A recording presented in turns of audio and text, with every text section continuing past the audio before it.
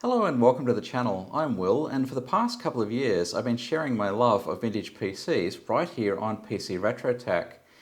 And by the way, we just passed 3,000 subscribers, so thanks very much to everyone who subscribed to the channel. But I guess I've been collecting vintage PCs for almost a decade, and it started to cause a bit of a problem. A first world problem, I understand that, but let me explain why it's an unexpected problem that I'm facing right now. I have to move from Germany, where I've been living, to the UK later this year for work, and I'll be in a place which is almost twice as expensive, but won't be earning more. So I'll need to downscale my apartment and hence my computer collection. It's not really an uncommon problem. But we also have a worldwide shipping crisis. At the present moment, many things are prohibitively expensive to ship about and much more complicated. In the case of the EU, we've just had Brexit, and so there's a bunch of additional paperwork because the UK is no longer in a customs union with the EU. And so this means that pretty much nobody is keeping up with this, or that's the word on the ground. That includes customs, the removals companies, and certainly the people that are moving house. In my case, I would actually have to just get a permission to pack my stuff that involves sending inventory of everything that I own to the government for approval. Yeah, it's really got that bad. And I sense that this is common all over the world now. In the past few years, governments seem to have taken it on themselves to create a whole new layer of bureaucracy and paperwork for just about everything. In fact, I've been dealing with this kind of bureaucracy for about 8 months now, trying to figure out a way to move somewhere else. And it's really nowhere near finished. So this is going to cause a few problems. Now, I don't want to get rid of any machines which I'm really attached to, like my Amstrad PC1512, for example, which I started the channel with. And it's also the first machine that I used as a kid. And there's also its successor, the 1640. I have a mint one of those. Viewers of the channel know that I've also programmed my IBM PC quite a lot, and its successor, the XT, and I have one of those with a working hard drive, so I'm not going to get rid of those. There's also some very special machines. There's the Tandy 1000 I had sent over from the US, or the Compact 386S, which took years till I found one. And there's also my IBM Model 30, which I really want to get back to programming one day. I did some MCGA programming on the channel with that. And there's a few other machines that I'm kind of attached to for sentimental reasons. The Eurobit 386 that I retrobrited for the channel, or the big box 486 which I built up for the channel. I kind of want to hang on to those. And there's some Pentiums, and on it goes. So I guess I've covered about half the machines that I really want to keep, and that has to include ones that are backup machines. In case the main one fails, it's always a good idea in retro computing to keep a spare in very poor condition that you can cannibalize for parts.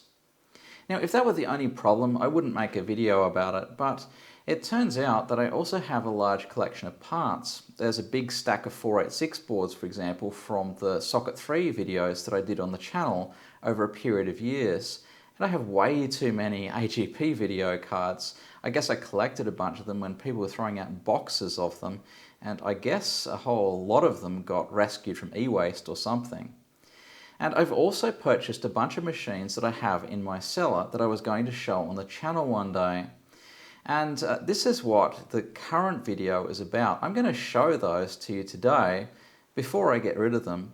Now, don't worry, I'm not going to be taking any vintage PC gear to the tip. In fact, I've already done a couple of runs to the dump, but it's always much later stuff that's not in demand. It's really got no monetary value, and it's in very poor condition or not working. No one's interested in that stuff, I promise. But what to do with the rest of it? If you have any suggestions, let me know in the comments below. And as it happens, I've also added an email address to the channel so you can get in contact with me. I guess if I had a whole bunch of viewers locally here in Kaiserslautern, where I live in Germany, maybe they could help out. But unfortunately, they call this area of Germany the armpit of the country. Yeah, I guess there's not very much of anything happening here. So I'm not really sure what to do. I could sell them on some of these big auction websites, but I've heard some real horror stories recently. These seem to be run by algorithms mostly nowadays, and I've heard of people who've been buyers on those venues for years, having their accounts terminated permanently without recourse, simply because they decided they wanted to sell a whole bunch of electronics all at once for whatever reason. Maybe it was just GPUs or something, I don't know the specifics. But I don't want to risk not being able to buy vintage PCs for the rest of my life simply because of some stupid algorithm gone rogue. So I'm not really sure what the solution is going to be. But in any event, let me show off the machines that I bought for the channel and which I have in my cellar before I get rid of them. This is the first machine we're going to look at, and I've allocated myself about 15 minutes of real time, which translates to about 1 minute of video time, to take a look at each machine. And this one I think I bought for a Trash to Treasure series. You can see it's very yellow on the front, but it's not damaged in any way, so it has really good potential. But I don't remember what this is, so let's get it open and find out. This is an AT style case, and it has a flathead screw holding the case on.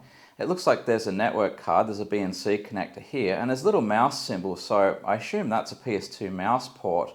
They did have AT style machines with PS2 mouse, so that's not too unusual, but let's get the back off and see what we find. Well, it's a bit hard to get everything in shot with this camera, but there is a network card here, and if you trace the wire from that PS2 connector, it plugs into the main board down the bottom at the back here. And there's 72 pin RAM, and it looks like you can actually upgrade with DIMMs, which is cool. And I see an Intel chipset. It looks like a PT2007 motherboard. I don't know what brand that is. And yeah, it's socket 7. Maybe this is a Pentium. That'd be really cool. So, wow, yeah, it's a Pentium MMX 166 megahertz. Great. So I don't know if there's a hard drive in this one. Oh yeah, here it is up the top. So it looks like we'll be able to power this on and see if the owner left any interesting software for us to take a look at. Well, let's switch it on camera in case anything interesting happens. The keyboard flashed. I'm getting lights on the machine, but no picture. Now I did put a video card in it. Here we go. Something's happening now. And yeah, it looks like Pentium 166. It looks like it's going to have maybe 64 megs of memory, which would be pretty nice. So I wonder if this has got an operating system on it. So it's a 430TX chipset, Fujitsu hard drive. I didn't catch the size there. And Windows 98 is on this. That's interesting. So let's take a look and see whether there's anything interesting here. Well, it came up okay, and it asked for Windows 98 2nd Edition in German to install the video card. And let's see what's here. It just looks like Office tools, and on the hard drive there's this MTM directory, but that's just a CD-ROM driver. Now the CD-ROM is a 4x Toshiba drive, and it works, and that's fairly rare on machines of this vintage, so I'm really excited about that. But the main board, I looked up, it's an FIC, and according to a Nantec, it's a really solid board, but it's one of the worst performing boards they ever saw. So the hard drive, I think, is just 4 partitions of 2 gigabytes, and 3 of them are just blank here. So it's a machine with a lot of potential, but there's not much else interesting to say about it now. Well, this is the second machine, and it looks like it's made by a company called PC Specialist. From the looks of the spelling, it would be a German company. I notice there's a removable caddy here, but wow, that feels really brittle. I wonder if that's even going to come out. Yeah, it seems like it will, so yeah, oh yeah, it's broken actually. And well, it looks like a scuzzy one, and it's actually empty at the moment, so I don't know whether this has ever been used. Well, this is the inside of the machine, and I notice it has an ESS sound card, which looks to be an 1868, and an Opti Viper chipset. Now, we've seen these on the channel recently, and they don't perform very well, actually. I don't seem to have much luck with decent motherboards. So this is another socket 7, and let's take the fan off and see what we have. And yeah, it's an Intel Pentium, and it's got a date written on it here, 10th of the 10th, 96. That's pretty cool, and it's 120 megahertz. So yeah, that's a nice CPU. The rest of it looks pretty straightforward. Oh, I'm noticing the drive here fills the entire 5¼ inch base, so that'll be a Quantum Bigfoot. They're really quite noisy, and I think I remember they're not very fast as well. So let's power this up and see whether there's anything interesting on this one. It's another AT style case, by the way. It's a bit dirty and there's a few marks on the front, but I think it's just superficial. Anyway, here goes nothing. So it's another quad speed CD-ROM drive, by the way. Let's see if it opens. Yeah, it does, and there's a Windows 95 CD in there. That's cool. And yeah, on top it says it's a Masumi drive, and it's detected Pentium 120 megahertz, 80 megs of RAM, and the Quantum Bigfoot drive. Now, it wasn't able to identify the main board. It just says V1.3A in the corner, but there's no other marks of a brand. And it looks like it's not got any operating system on it, so we can't go any further here. Well, here's machine number 3, and this looks like an interesting tower. It says Pentium 2, and it has Microsoft Windows NT and Windows 98 on that sticker. And it's in pretty good condition again. I just see some superficial marks. You can't see the one around here probably. And this is a Highscreen brand, which is actually a really popular brand in Germany. As a combo 40 times DVD-ROM actually. So let's get this one open and see what's in it. Here's the back of the machine, and it says Highscreen made in Germany, and the manufacturer is Vobis, which is interesting. I don't see a date, but the model is all-round BB, and it looks like it has onboard video, and it is an ATX style case. Now I've taken the screw off so that we can take the top off here, and it looks like it's one of those cases where you just clip the sides out like this. Once again, it's a bit difficult to get a good camera angle here, and slot 1 systems with onboard graphics are not my favourite, to be honest. The CPU says 350, 512, 100, 2 volts, so I'm guessing it's a Pentium 2 350 MHz, 512K of cache, 100 MHz front side bus, and 2 volts. And the onboard video is Rage Pro Turbo AGP, although there is a separate AGP slot as well. There's 4 PCI slots and 2 ISA, and the board seems to be an MS6151 version 1, so it's probably a solid board. It's just not my favourite kind of system. And yeah, it looks like there's DIMMs here, which are probably PC100. There's not a lot more to say about it. There's a creative onboard for sound, and yeah, I guess there's a Samsung hard drive here just flopping about. We should be able to power it up. Let's see what's on it. Let's power it on and see what happens. So there's a lot of fan noise, and the CD-ROM is blinking. Again, no picture, but it beeped, so it's working. Yeah, Pentium 2 MMX at 350 MHz, 100 MHz front side bus, we got that right. And it looks like close to 200 megabytes of RAM. It's found the CD-ROM, and it's booting Windows 98. Well, the sound seems to work, and I've got Ensoniq 1373 drivers here. I guess this must be what the onboard sound is. So let's take a look and see what's on the machine. And yeah, it just looks like a very basic setup again. So I checked the hard drive, and it's set up as 500 megabytes, I think, but it's actually a 3.2 gig drive. Anyway, I don't think there's very much on here. There is DOSBench. I guess we could run some kind of benchmark. So let's run the Cris 3D benchmark and see what happens there. Now this takes 5 seconds to start, so we'll just give it a moment. And yeah, it seems to be going okay. That's really quick. Not too much of a surprise for a Pentium 2, of course. So let's just check and make sure the CD-ROM drive actually works, or the DVD as it actually is. So it takes a while to open. That's a bit worrying. Maybe it's going to work. Very slow.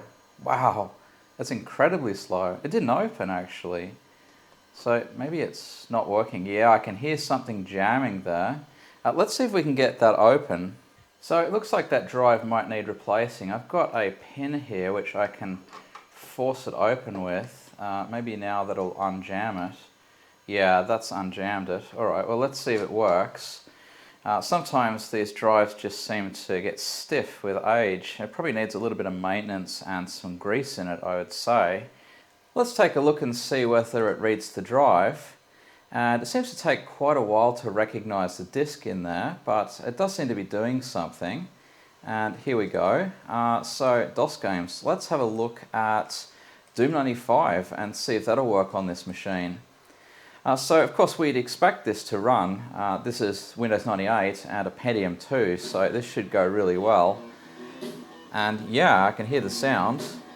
That seems to be going okay. Let's see how smooth it is.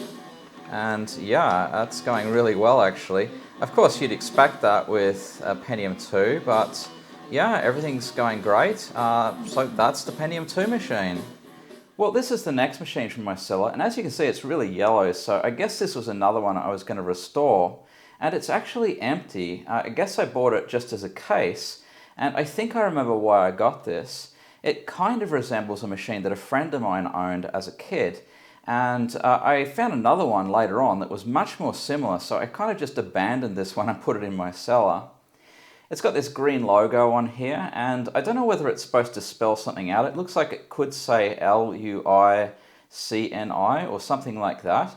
If you've seen this before and know what it is, let me know in the comments below. And yeah, it says MHZ here, so I assume that there's actually an LCD here for the clock speed. But no other hints on the front as to the brand, so let's turn it around and see if we can find out some more. Well, no real hints on the back at all. It is an AT style machine and it has a couple of COM ports, but that's it. And it does look like it's going to be completely empty, but let's open it up. Yep, that's an empty machine, so nothing more to say about that one. Well, here's another one that looks like an empty machine, and I remember this one. This actually had a Pentium computer in it. It had this really awkward sticker on here, which I pulled off. It just looked so ugly, and you can see the remains of it on there. And it says Highscreen on the badge, very common in Germany, and Intel inside Pentium. Now, I don't remember what speed Pentium this was. It does look like it might have a dual speed CD-ROM drive in it. That would be pretty fantastic. And yeah, I don't really like this plate very much here. I'm not sure if that's just for a 5¼ inch floppy. It's a strange place to put one, but I guess you could stick them in there. Now, to get this one open, there's a couple of clips on the sides like this, and then you should be able to slide the entire machine out like this. Yeah, remember this has this really weird plastic thing in here, and that just holds down all the slot covers here, which is kind of cool. And the other thing I remember about this is you can actually open the front of this case, presumably so you can get the main board in. And I've just loosened the little clips. There's some little orange clips here, and one of these is actually a little bit broken. One of the pins is snapped off, but it still works okay. And you can open the front of the case, if I remember correctly. Now it's going to make a liar of me. For a moment there I forgot how to get the machine open, but you just lift the front up and it just slides back like this. And it gives you much better access to the inside of the machine, so it's quite easy to work on this one. And the CD drive here is actually another MX5302B, which is a Toshiba quad-speed drive. So I can't believe how many of those I found in these machines. That's pretty amazing. But other than that, it's just an empty case. This is the next machine, and I remember this one really well. It might have even been shown on the channel in the very early days. This actually had a 486 in it. It was a sysline machine, and it was Visa Local Bus. I think it was a SX33 or something like that. But I wanted to take the board out and replace it with a different one, but I discovered that the support struts underneath the board didn't come out. And so I ended up kind of butchering the case in the end, trying to switch the board over. So I'll show you that in a moment. It does look like we might have another early CD-ROM here though. So if I take this on its end, we can see underneath what happened to the case. These are where the struts were, and they were really tightly into the metalwork. So it's actually a little bit bent around here. It needs a little bit of metalworking to get this straight again, I think. Looks like there might still be some stuff in here. I think that's a sound card, and there's some RCA sockets as well. COM ports, a printer port, and this is an AT style case again. It's a really neat looking case. I quite like this, and getting into it's fairly easy as well. There's just some screws, and they're really quite easy to take out as well, just 3 of them round the back here. Once again, difficult to get a good camera angle, but surprise, the machine's still in here. I really didn't expect that. It has, by the looks of it, 30 pin RAM, and yeah, I think this is a 486. I don't think I can get the fan off that very easily at the moment. Oh, maybe it just slides off. Let's take a look. Yeah, it's a DX 33. Yeah, that makes more sense. And if I remember correctly, one of these Visa Local bus slots doesn't actually work on this board. But yeah, I had completely forgotten that I still had the board.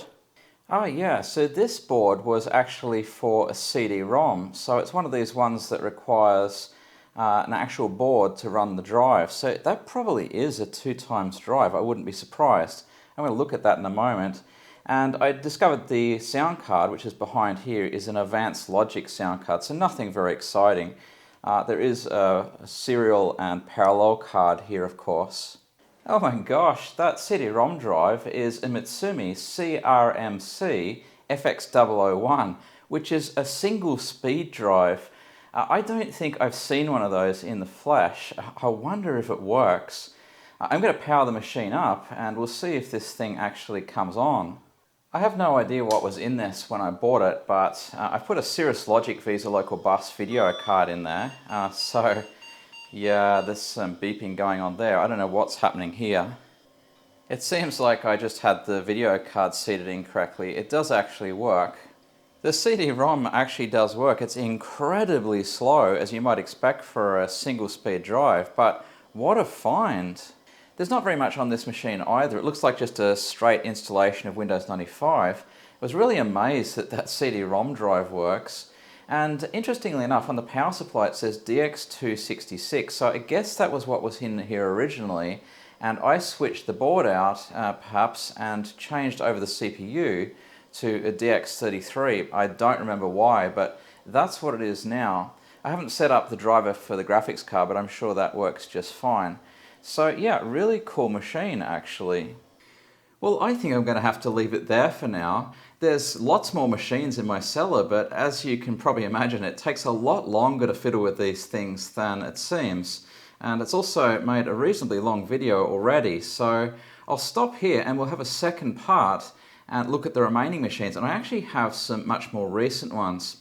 And yeah, if you have any suggestions for me what I can do with all this excess stuff that I need to get rid of, let me know in the comments below or drop me an email.